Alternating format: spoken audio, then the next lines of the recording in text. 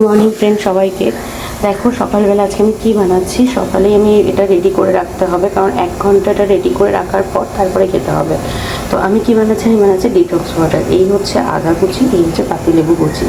পাতিলেবুটাকে আমি পুরো স্লাইস করে কেটে রেখেছি, আর এই হচ্ছে 1 বোতল জল নিয়েছি। আর মনে রাখবে তোমরা সবাই, জলটা যখন নেবে তখন এই কাচের বোতলেই কিন্তু খাবে। আর নেবো হচ্ছে চিয়া সিড। তো চিয়া সিড দেবো আমি। কীভাবে বানাই তোমরা দেখো। সামনে পুজো আসছে, শুধু পুজোর জন্য না, আমার মনে হয় প্রত্যেকটা মানুষকে ফিট থাকাটা খুব দরকার। এবং ডিটক্স ওয়াটারটা সারাদিন খেলে অনেক এনার্জি পাওয়া যায় এবং স্কিনটাও কিন্তু ভেতর থেকে ব্রাইট হতে থাকে।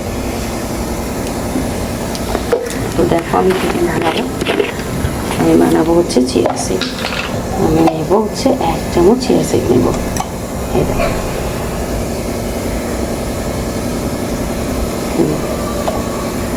1 চামচই নেব, বেশি নেব না। নিলাম। ওই লেবুর স্লাইসগুলো আমি এটার মধ্যে একটা একটা করে ফেলে দিচ্ছি।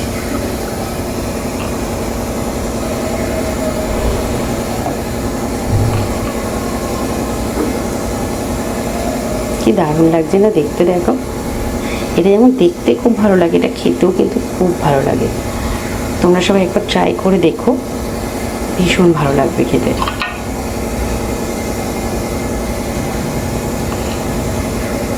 আমার ডিটক্স ওয়াটার রেডি। এটাকে এবার আমি রেখে দেবো 1 ঘন্টা। এটা ভেজানো থাকবে। 1 ঘন্টা ভেজানো থাকার পর তারপরে এটাকে আমরা খাবো।